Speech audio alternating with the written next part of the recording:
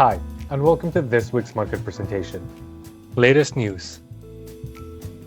Looking at the price evolution over the past week, we see a decline in natural gas prices across Europe, particularly focused on decreases along the front month and during the summer months. Electricity prices, on the other hand, saw more minimal movement with still some slight gains among selected markets, with others seeing slight decreases over the past week. Looking at the midterm trends, we are now seeing a more neutral price evolution, although we're still seeing high levels of volatility, very much driven by the uncertainty over the outcome of the war in Iran. Looking at the latest energy news, US-Iran negotiations dominated market sentiment over the past week. Statements from both Iran and the US appear to confirm that an agreement between both countries was almost finalized, with markets sensing significant optimism regarding an end to the conflict that would see commercial transit resume through the Strait of Hormuz. Nonetheless, there were still some worrying signs over the past week, especially the, quote, defensive strikes the US conducted against Iranian military sites and Iranian retaliation.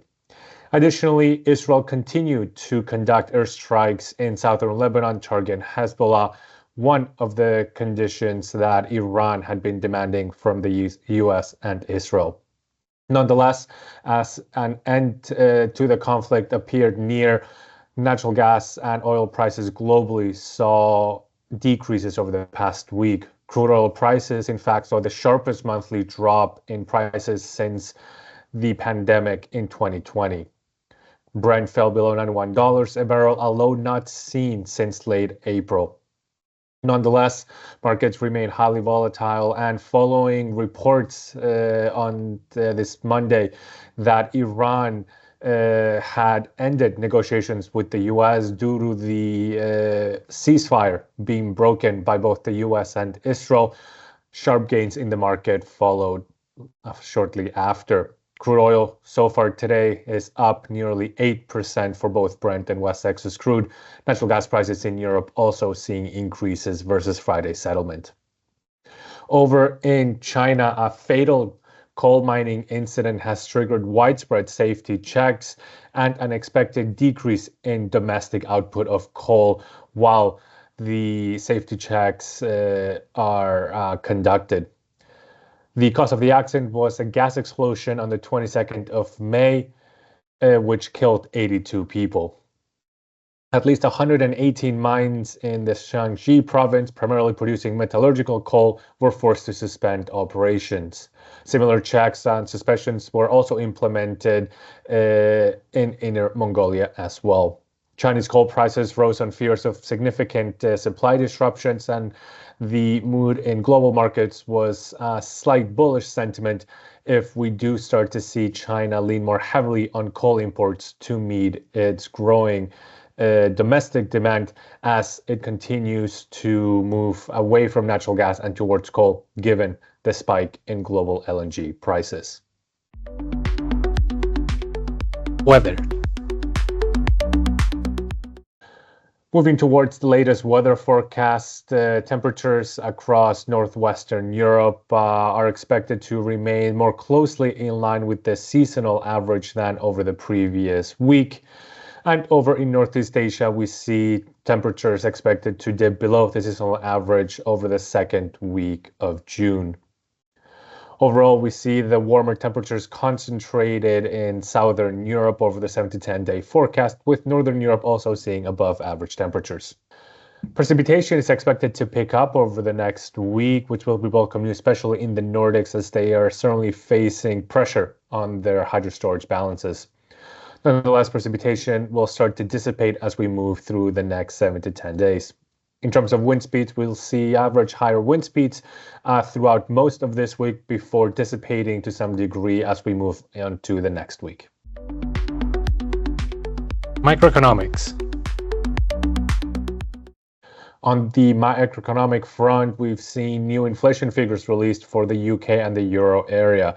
Inflation in the euro area increased once again, now up to 3% for the month of April, and once again increasing at the fastest pace since the pandemic ensued inflation in 2021 and 2022.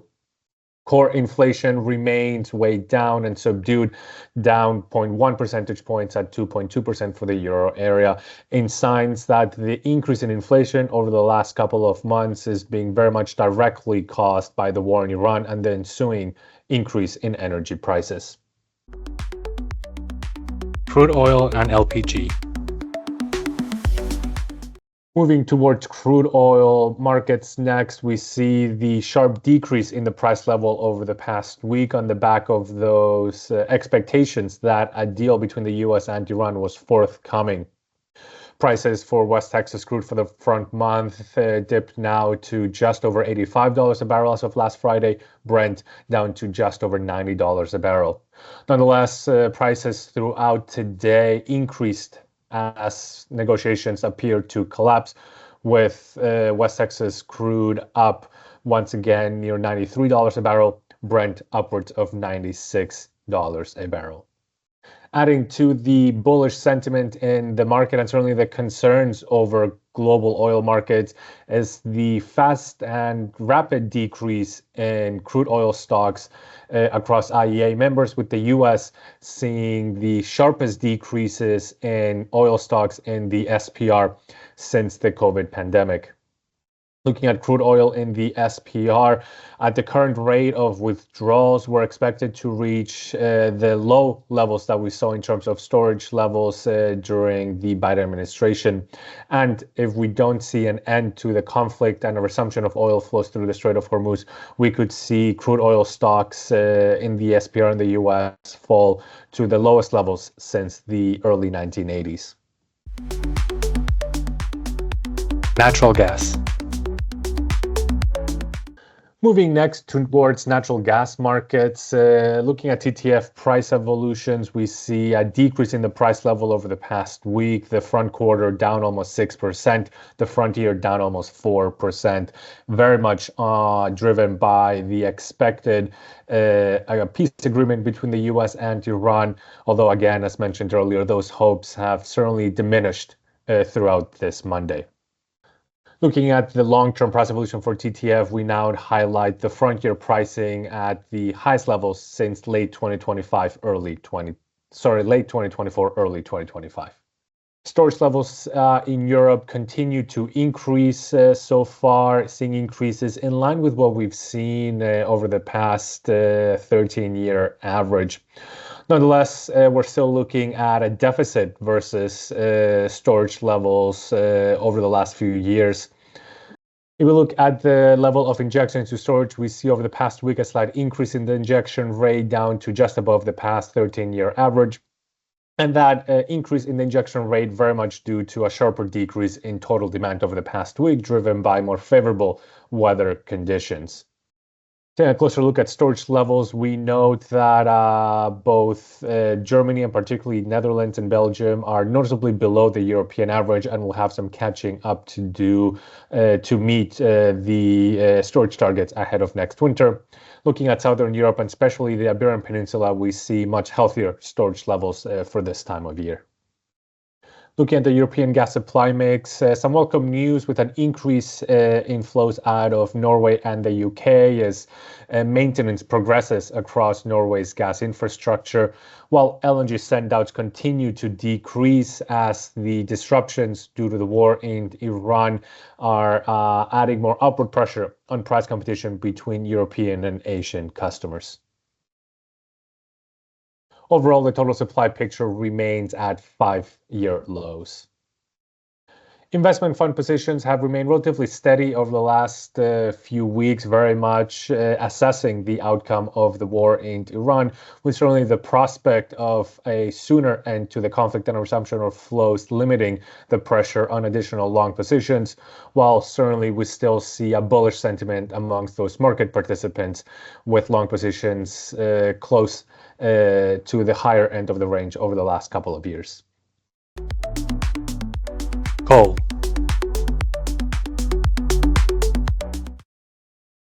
Moving next to coal prices. Coal prices saw a slight decrease over the past week on the back of the optimism regarding the conflict in the war in Iran and a possibility of a reduction in gas demand if gas prices continue to come down. Nonetheless, Asian gas prices saw less downward movement supported by the coal mining accident in China. In other news impacting the coal market, Indonesia is set to centralize key commodity exports, with President Prabowo announcing a plan to route key commodity exports via state-owned firms. This move has rattled the world's largest seaborne coal market, creating additional uncertainty and adding pressure on prices. The policy aims to curb revenue leakage and increase state control over resources, while the news certainly triggered a sell-off in Indonesian energy and coal mining company shares. It remains to be seen if this change in policy will impact existing contracts or whether those will be honored. EU and UK emission allowances. Moving next towards carbon allowances, here we note further upside in both the European and UK carbon markets, with a further bullish price evolution over the past week. Prices on the UK in particular remain near record high levels at the 94th percentile. European prices, while it's slightly lower percentile, still on the higher end of prices over the last 3 years. Power sector emissions remain on the lower end of the range over the past 5 years, especially over the past week, aided by an increase in renewable power generation and a slight decrease in total demand. Overall, investment funds positioned on the European side of things have remained relatively stable, while on the UK side of things, we've seen a further increase in long positions and a decrease in short positions in the market, as expectations of a linkage between the EU and UK carbon markets continues to gain momentum, with an announcement expected later this year. Markets are pricing in now a convergence between the EU and UK carbon prices, with further upside expected on the UK side of things. Electricity. Moving towards electricity markets next, here we note a slight upside for electricity prices in Germany, the front quarter up 3%, the front year just up 1%.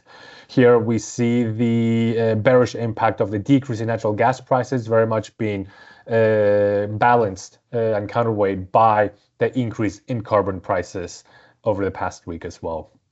Other European markets followed a similar price evolution with some slight gains over the past week for the front year.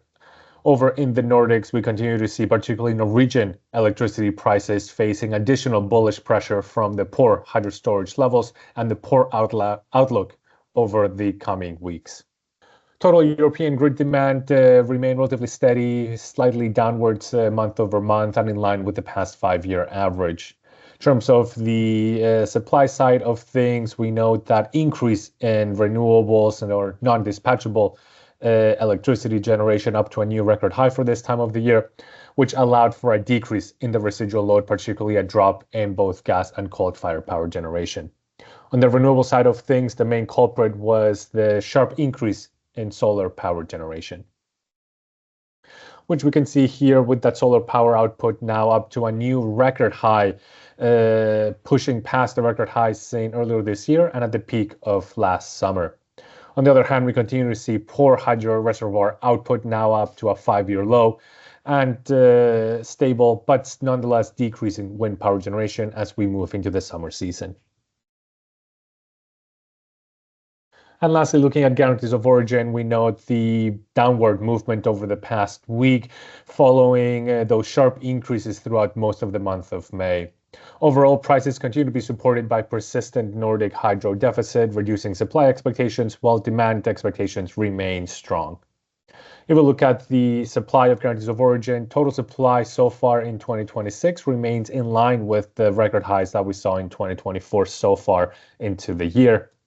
Nonetheless, we see that being primarily driven by an increase in solar power generation year to date, while we're looking at wind power generation slightly below that 24 peak, and certainly the poor hydropower generation noticeably below the peak we saw in 2024. That covers this week's market presentation. Thank you for joining.